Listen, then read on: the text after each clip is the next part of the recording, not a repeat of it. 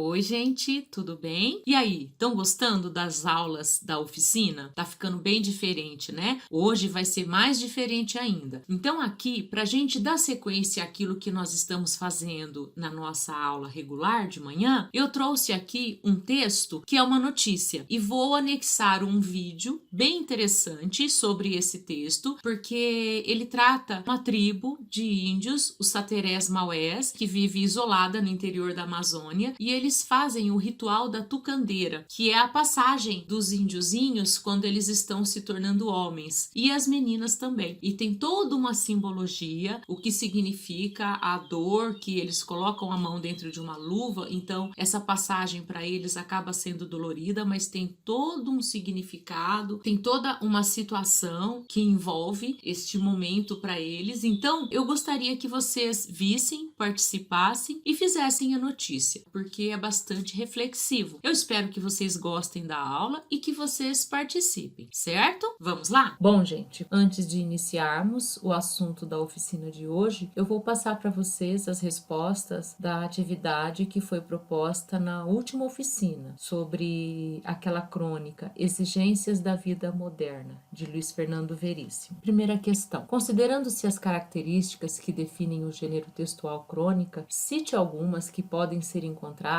no texto de Luiz Fernando Veríssimo. Características desta crônica: a interlocução constante com o leitor, a abordagem subjetiva e bem-humorada sobre os acontecimentos cotidianos. E como um todo, a crônica também ela trata de uma reflexão. 2. Como vimos, a crônica é um gênero textual que tem como objeto de estudo e análise do cotidiano. Essa crônica bem-humorada retrata especialmente o quê? Bom, de maneira bem-humorada, irônica até, ela trata do excesso de tarefas a que estamos submetidos contemporaneamente. No texto, o cronista trata de um tema contemporâneo. De que trata o autor? E qual a opinião do autor sobre esse assunto? Bom, ele trata sobre todas as cobranças do cotidiano, as cobranças a que somos submetidos. E essas cobranças, elas vêm por meio da mídia, da divulgação de pesquisas, às vezes pesquisas falsas ou não,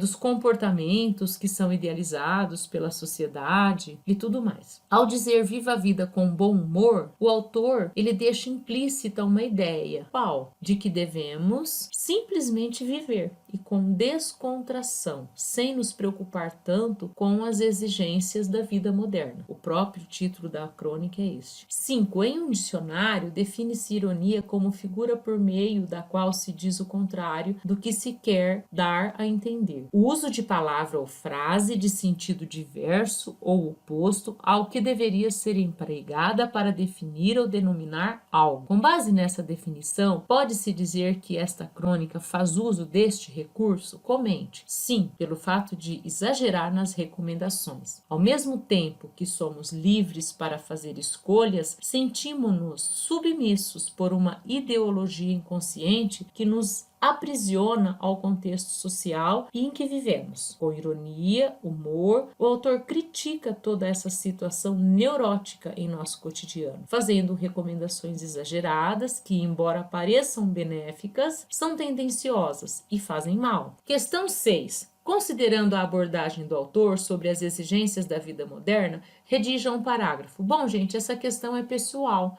Eu espero aí que vocês tenham visto a crônica e que vocês tenham entendido e feito, então, este parágrafo, certo? O que é notícia? Então, na oficina de hoje, nós vamos trabalhar paralelamente com o que vem acontecendo nas nossas aulas de manhã. Notícia é uma informação objetiva a respeito de acontecimento. É registro de fato e de ocorrência. Como é a estrutura da notícia? A notícia ela tem obrigatoriamente um título. No primeiro parágrafo nós temos o lead.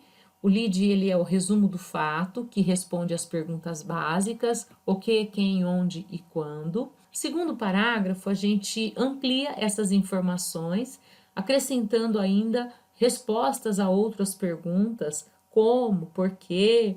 Então, desenvolve, pode até ter pequenos depoimentos que ampliam as informações dadas, frases entre aspas, né? Mas atenção, A característica deste gênero jornalístico é a brevidade, a precisão, a exatidão. Então, isso é regra de ouro mesmo, tá? Notícia ela é bem curtinha.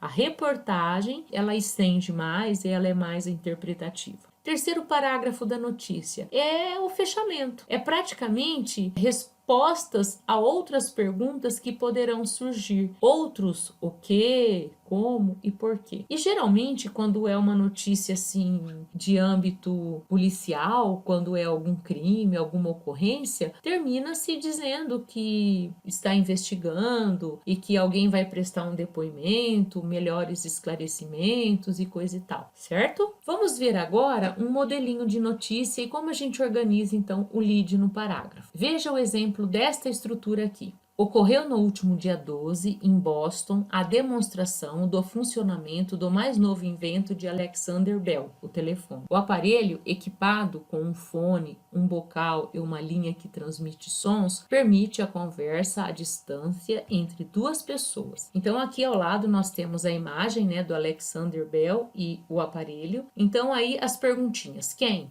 O inventor Alexander Bell. O que? Realizou com sucesso a demonstração de seu invento, o telefone. Onde? Em Boston. Quando? No último dia 12, de fevereiro de 1887. O que? Um assunto secundário. O aparelho, fone, bocal e linha que transmite sons permite a conversa à distância entre duas pessoas. Então, uma coisa que eu quero mostrar para vocês aqui é que para eu colocar o lead não precisa seguir uma ordem específica. Em vez de começar ali pela data, ocorreu no último dia 12, eu poderia colocar em Boston, ocorreu no último dia 12, a demonstração, perfeito? Ou eu poderia começar pelo quem? Alexander Bell, no último dia 12, em Boston, e aí eu faço o meu parágrafo de outra forma, certo? Isso eu queria mostrar mesmo para vocês a questão desta organização de como pode ficar, tudo bem?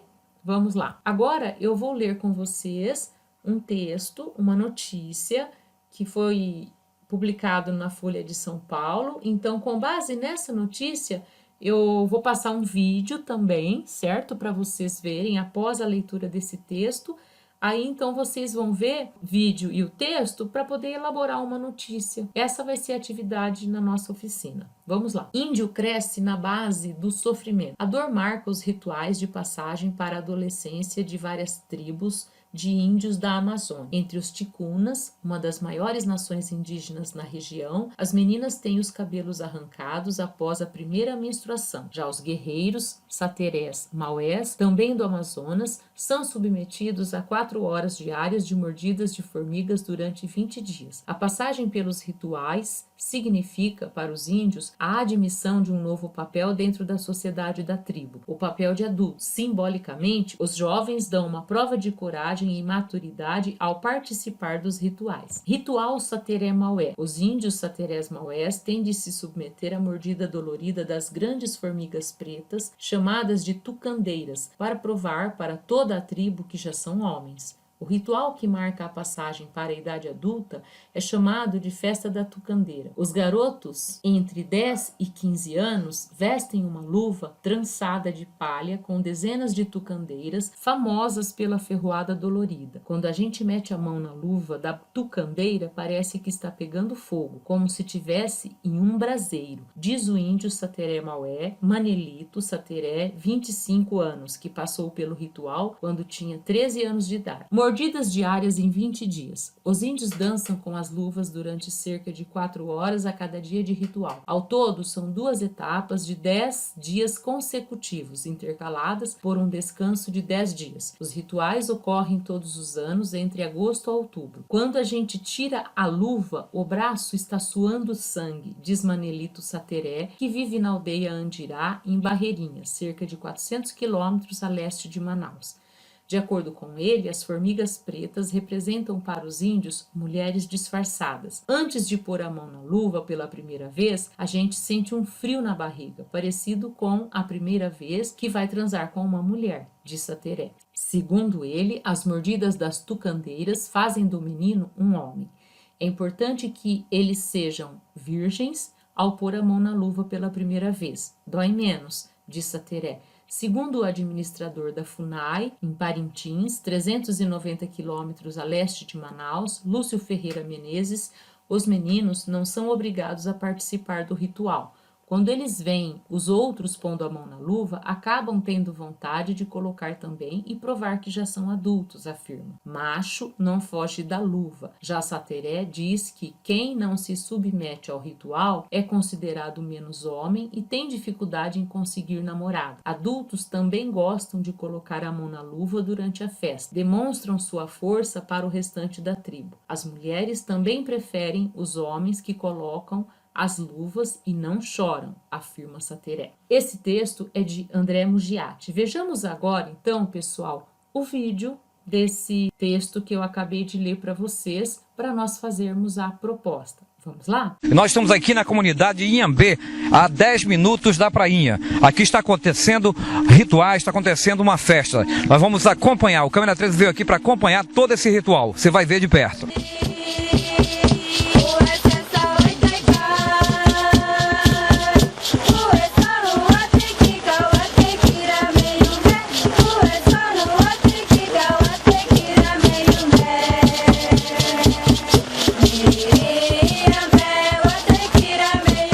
Vamos conversar com o Curum Bené, que é o pajé aqui, né, aqui do Inhambé. Como é que funciona o ritual da tucandeira? Aqui, ó, são os meninos que vão passar a adolescência para ser guerreiro, para poder mostrar que são pescador, caçador. Aí eles mesmo que fazer o ritual deles. Caçar a tucandeira, trazer, quando chegar, bota na água, amortece, para botar na luva da tucandeira. Aí que eles vão se passar para se ferrar. Está sendo preparado? Preparado. Só estão amortecidos, não estão vivos. Depois que a gente vai fumar o tal ali, com cigarro aí que você acordar. Agora, no caso, eles estão usando que tipo de planta? Esse daí é caju, guia de caju e guia da teperebá. Amortece na água e passa. Quer dizer que essa mistura aí faz com que elas adormeçam? Amortece, até uns 10 minutos. Com 10 minutos já tem que estar na luva. Aham. É isso? Entendeu? Aí que eles vão passar para se ferrar.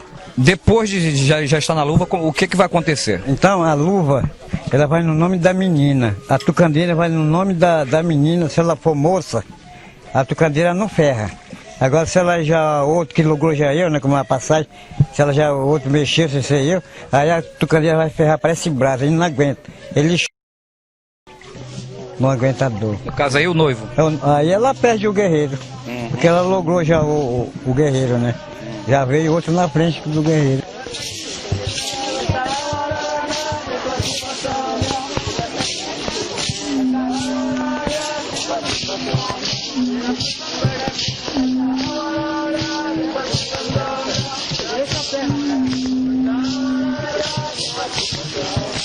Para conversar com o guerreiro aqui, Anderson Sateré. Anderson, é verdade que esse ritual pode se repetir por 20 vezes? Sim, ele, desde quando comecei, ele tem que fazer as 20 vezes. São 20 vezes para terminar o ritual. Mesmo que, por um exemplo, na terceira vez não aguente ou na quarta, ele vai ter que continuar fazendo as 20? Tem que continuar até terminar, senão não é guerreiro. Agora eu queria que você falasse sobre o significado. São vários significados, não é isso? São, a primeira coisa, ela representa o casamento, né? A pessoa tem que casar, passar pelo ritual da tucandeira. A segunda, porque também se ele não passar, ele não vai... Tem que passar para poder ser o guerreiro.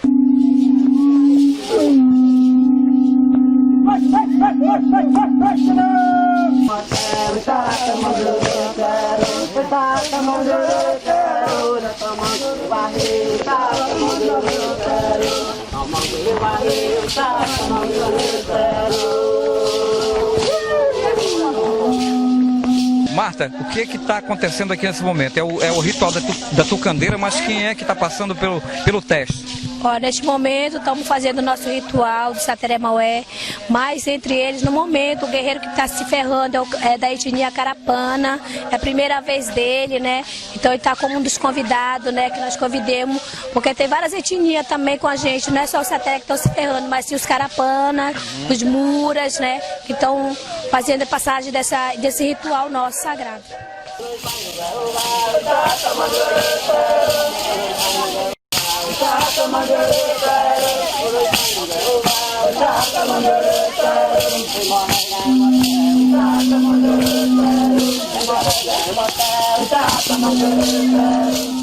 Olha, então tá aí, você assistiu um pouco, né, da vida de Satere Maués, aqui todo um ritual, o ritual da Tucandeira, que tem vários significados. Gerson Guerra para o Câmera 13.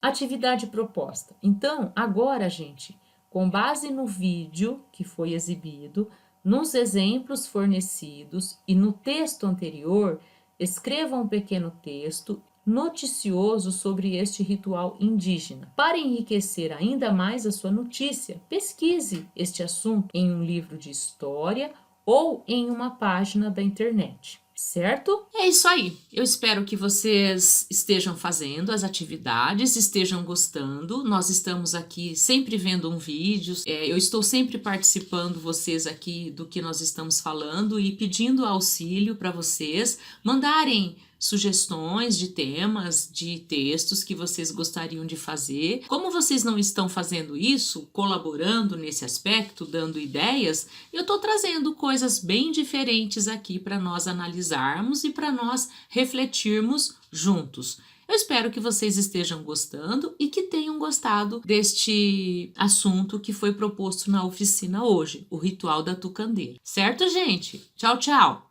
Até a próxima.